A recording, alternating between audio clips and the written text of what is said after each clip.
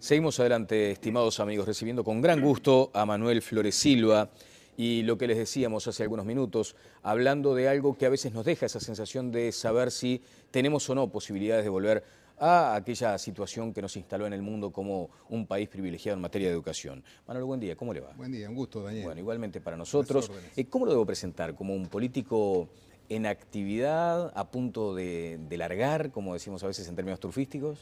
¿De Mire, las yo gateras? hace 22 años que no soy candidato, no he sido candidato a ningún cargo público estatal. Pero estoy mirando la realidad del país. Hoy vamos a hablar de la educación, que es un tema que es lacerante. Lo estoy mirando con mucha preocupación. Creo que no puede haber vallismo sin una propuesta social. Creo que hay que trabajar en eso. La educación es la principal propuesta social, en términos de que el país del éxito se construyó con la educación que ascendía a la gente, la ascendía en su escala de ingresos, en el desarrollo de su personalidad. Entonces, muy probablemente, mire, no lo pensaba decir, pero estamos registrando el sublema ala vallista, porque la corriente bachista independiente vuelve, pero no vuelve por sí sola, sino que vuelve en medio de una coalición con diferentes dirigentes colorados independientes, algunos de ellos muy notorios. Pero ya por septiembre vamos a anunciar. anunciar. En la primavera, me imagino. En la primavera, la gente va más en primavera a las reuniones. Y bueno, dentro de ese marco de preocupaciones estamos, naturalmente, como dice el Evangelio, el principio es el verbo. Exacto, tratando de empezar en la matriz, reflexionar, ¿no? Y a ver, uno se para frente al país y le dice, ¿qué? Entonces, es en ese campo que nos movemos. Bien, bueno, vamos a hablar de este asunto de la educación con Manolo Flores Silva, en un momento donde también se ha advertido que el sistema político en su conjunto ha quedado como en falsa escuadra, Manolo, porque se firma un acuerdo, hay una fotografía muy potente de la dirigencia del establishment político firmando un acuerdo educativo que luego se deshilacha, sobre el que se hacen consideraciones como el de Jorge Larrañaga diciendo que no se cumplió lo pactado, el gobierno dice que se está cumpliendo y se está avanzando. ¿Cuál es la percepción desde el lugar de un político interesado especialmente por el tema educativo? Mira, en primer término, es un área en el que en los últimos años el país ha invertido mucho. En términos constantes, en moneda estable, ha duplicado. En términos nominales ha triplicado, pero en términos constantes ha duplicado la inversión. Sin embargo, los datos son terribles, Daniel. No nos comprometen ahora, comprometen los próximos 30 o 40 años del país. Fíjate, en primaria tenemos 50.000 chicos menos que hace 40 años. En secundaria, de estos 50.000, 32.000 del año 2005 hasta acá, menos. Y el año pasado el sistema perdió 8.000, algunos se fueron para los privados, perdió 5.000. Sí, había un dato revelador el otro día que tiene que ver hasta con la estacionalidad, que después de las vacaciones de julio hay niños en primaria que ya no regresan, muchas veces por connotaciones familiares. Eso es algo que también llamaba la atención. Entonces, muchísimos niños. Tenemos un sistema de primaria en crisis, un sistema secundario terrible, porque 2/3 de los chicos no terminan secundaria. En el primer año hay un 40% de repetición. El golpe de entrar al liceo es tremendo. Todo esto en un contexto además social muy duro, porque el sistema educativo siempre integraba. La famosa túnica, lo que hacía es que se uniformizaba, era como el concepto republicano de la igual posibilidad. Claro. Y ahora el sistema desintegra. A los pobres los hace peores y a los ricos los hace mejores. El sistema estatal uruguayo es un sistema que sanciona a los pobres. ¿Por qué digo esto? Del 20% de los que tienen más patrimonio, el quintil de gente más rica, termina secundaria el 80%. Pero el del quintil más bajo termina secundaria el 8%. O sea que si tú naces en Casaballe, tenés 10 veces menos de posibilidad de terminar el liceo. Bueno, en Casaballe menos. Si naces en un barrio no tan periférico, tenés 10 veces menos posibilidad de terminar el liceo. Ahora, eso es diagnóstico, sobre lo que muchas veces uno se plantea hasta cuándo vamos a seguir con esa especie de patología de la diagnosis que padece Uruguay. Tú has enfatizado en la importancia de decir, empecemos de cero. ¿Eso es posible? ¿Hay un camino de retorno? Sí, mira, yo estuve trabajando hace unos años, yo he trabajado 19 años en consultorías en el exterior. ¿Sí? En una de las últimas que hice estuve 3 años yendo a Perú, y hay un concepto que desarrollamos allí en la Oficina de Naciones Unidas de Perú, que me pareció bien importante, que es la densidad del Estado. El Estado tiene que estar igualmente presente, vivas en la costa o vivas en Bella Italia. Bella. Ahora, vamos a la educación. El Estado manda a la periferia a los peores profesores, porque los mejores profesores eligen los lugares céntricos. Como el liceo no elige al profesor, sino que el profesor elige al liceo, le mandamos los peores profesores. Después, nosotros tenemos 750 horas de clase lectiva por año, teóricamente, de las cuales, bueno, en el mundo desarrollado son 1000, ¿no? Ya arrancamos mal. Pero el ausentismo determina que promedialmente en el país haya 650 horas. Sin embargo, en los barrios periféricos hay 450 horas. Le mandamos los peores profesores y le damos menos horas. Y fundamentalmente, le damos una educación que no sirve. Es racional que el chico no siga. ¿Por qué? ¿Por qué no sirve? Porque un muchacho en los barrios periféricos de entre los 13 y los 16 años ya tiene que traer plata a la casa, porque si no, no come. Y el sistema educativo no lo prepara para traer plata a la casa. Entonces precisamos naturalmente liceo de tiempo completo, donde la gente se le alimente, donde se les enseña a estudiar, porque como no tienen contexto familiar, precisan aprender a estudiar, y donde fundamentalmente, digamos, en esos barrios, fíjate, no hay liceos. Hay 180, 200 asentamientos. En realidad son 20 grandes nucleamentos. Sí. Se precisan 20 liceos, pero que además esos liceos no enseñen solo Homero, yo soy profesor de letras, sino que además les enseñen entre los 13 y los 16 años un oficio, que sea rentable ir al liceo. Educar para trabajar, digamos, claro, ese concepto. El chico tiene que, si trabaja en el almacén, gana 5.000 pesos. Si gana 5.000 pesos, los lleva a la casa. Si va al liceo no gana nada. Bueno, ¿por qué te va a ir al liceo? Porque si hace esos 3 o 4 años de educación técnica mezclada con la educación liceal, a los 16 años tiene un oficio. Y es una inversión porque no va a ganar 5.000 pesos, va a ganar 10. Ahora, uno debería suponer que un tema de tan alto rango merecería un acuerdo político. Se alcanza el acuerdo, vuelvo a la pregunta anterior, y sin embargo no se traduce en logros, se deshilacha. ¿No es el sistema político entonces el que en alguna medida está fracasando porque le exigimos al Estado? ¿Y el sistema político qué? El sistema político hizo un acuerdo más bien fundamentado al problema del poder político en la enseñanza. Es decir, desde hace 50 años... Donde estriba gran parte del problema para muchos. La enseñanza se ha convertido en un campo no de neutralidad, como en el país del éxito, sino de disputa política. Sí. Y entonces hay más para acá, más para allá, 2 pasos para acá, 2 pasos para allá, y sin embargo el problema real, que no hay liceos donde debiera haberlos, que no hay los... En fin, hay que llevar profesores mejor pagos a los lugares donde es más difícil enseñar, a los lugares periféricos. Un presupuesto histórico. Nunca antes la educación tuvo el dinero que tiene ahora. 29.000 millones de pesos, realmente mucho dinero. No, nunca antes no, perdón. En los últimos 40 años, en la década del 60, el presupuesto era bastante más alto que el actual. En función del producto. En función del producto y en función del presupuesto. Ajá. Era el 30% del presupuesto. No, el país del éxito no se hizo de casualidad, se hizo metiendo plata. Y teníamos la misma cantidad de estudiantes primaria que ahora. Entonces, vuelvo al concepto. Si yo tengo en las periferias liceos que le den tema, les enseñen a ganar dinero dándoles un oficio, y donde vayan los mejores profesores, mejor pagos, con más clases, entonces voy a retenerlos. Ahora, este no es un problema solo de educación.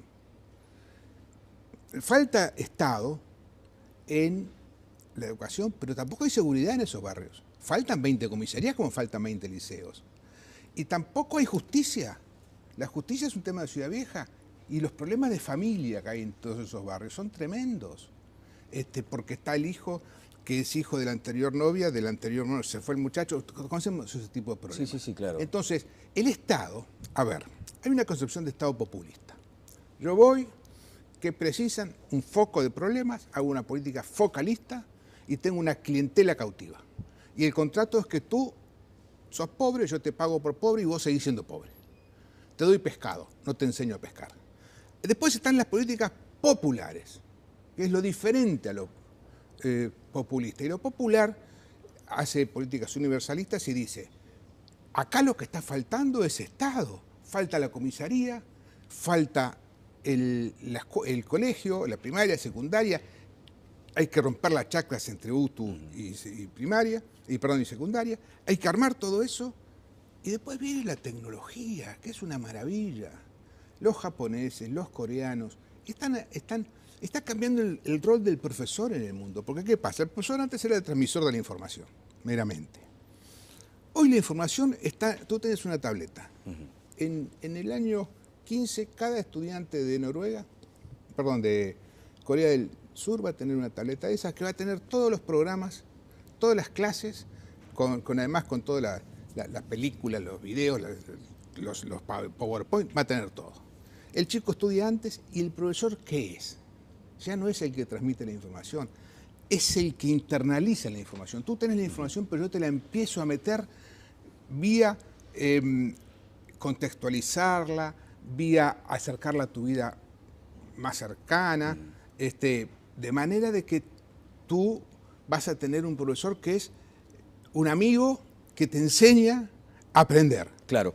Acá dice justamente el artículo que leía de tu autoría: en el mundo desarrollado la calidad de los textos defiende a los alumnos de los malos profesores, que siempre hay. Los textos uruguayos en liceo, sin embargo, están bastante ausentes y en los medios carenciados más. Además son muy malos, muy enfatizas. Por lo tanto, sigo viendo, y con esto estamos cerrando, demasiada cuestión sombría. No veo, no advierto que tú estés estableciendo esa esperanza, esa expectativa de decir, aún podemos, con esfuerzo, cambiar esta realidad. Mira, lo que pasa es que tú estás demandando una cosa que es necesaria. Yo no creo tanto que es un tema de acuerdo político sobre cómo nos repartimos el poder. Si le damos un voto doble a si le sacamos un voto... No, pero a los consejitos un voto doble, no, pero esos no. O si acusamos de todo al corporativismo sindical. Me dijiste que no. A ver, no saben arreglar una cisterna, ¿no? Hay un tema de gestión terrible. Sí. Porque aumentó el 88% los salarios, pero la plata para las construcciones. Yo no quiero entrar en ese tema, porque si entramos en el tema partidario, estamos fritos. Yo digo que lo que se tiene que hacer es una política social, sea en salud, porque en esos barrios, cuando el médico no va, porque tiene licencia, tú das la noticia acá de que hay muertos. Claro.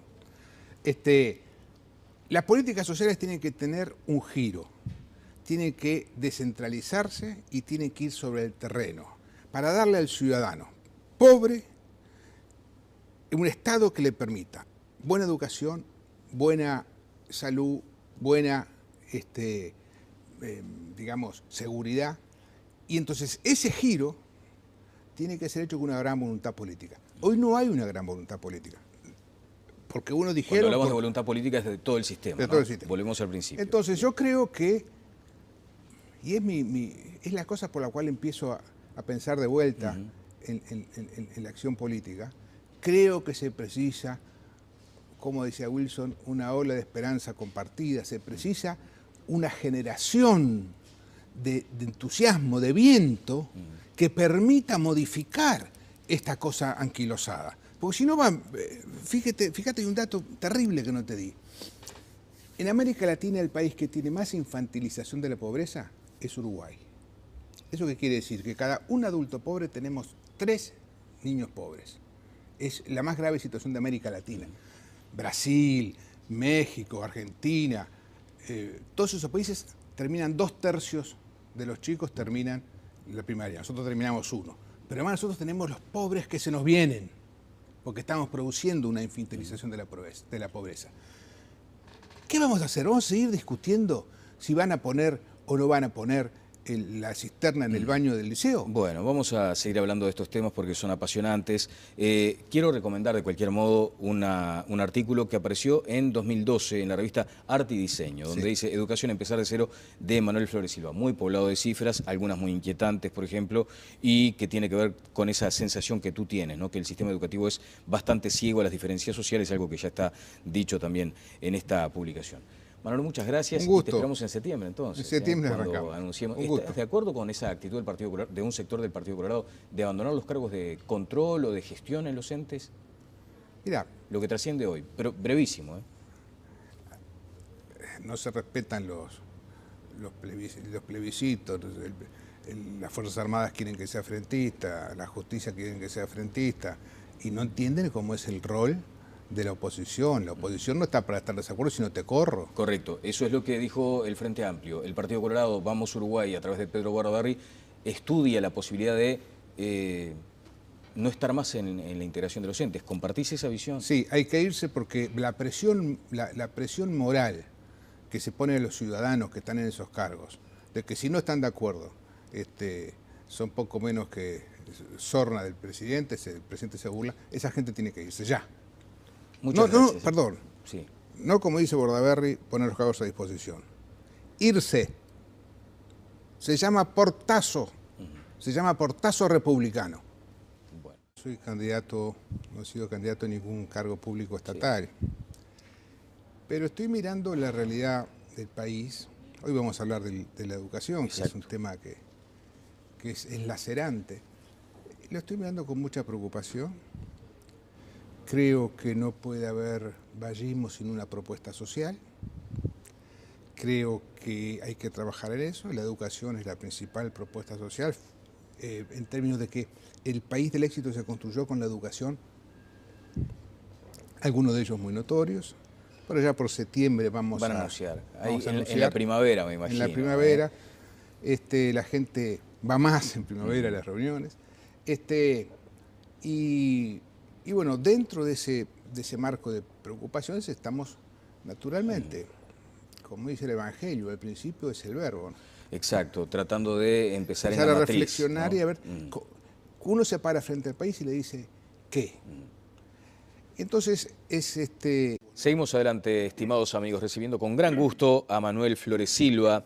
Y lo que les decíamos hace algunos minutos, hablando de algo que a veces nos deja esa sensación de saber si tenemos o no posibilidades de volver a aquella situación que nos instaló en el mundo como un país privilegiado en materia de educación. Manuel, buen día, ¿cómo le va? Buen día, un gusto, Daniel. Bueno, igualmente para nosotros. ¿Cómo lo debo presentar? ¿Como un político en actividad, a punto de largar, como decimos a veces en términos turfísticos? Mira, yo hace 22 años que ascendía la gente, la ascendía en su escala de ingresos, en el desarrollo de su personalidad.